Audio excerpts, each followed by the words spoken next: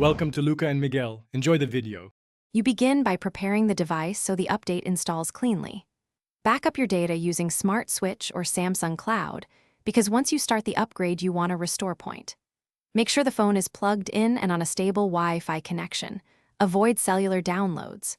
Once done, check Settings Software Update, tap Download and Install, and let the OTA download complete before moving to installation so the process is uninterrupted. You will now install and handle the mid-process tasks that matter. Tap Install and allow the device to reboot. This can take 10-20 minutes depending on model and data. During the first boot, follow the migration prompts to reauthorize accounts and grant necessary permissions so apps integrate with One UI 7 features.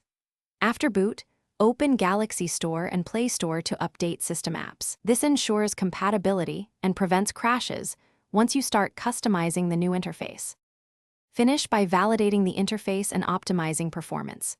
Check widgets, home screen layouts, gestures, and edge panels. Reapply themes or layout preferences. If performance feels sluggish, clear individual app caches or run device care to optimize storage and RAM. If the phone fails to boot or gets stuck, reboot into recovery mode and clear the cache partition. That resolves common post-update hangs without erasing user data. If problems persist, restore from the backup you made earlier.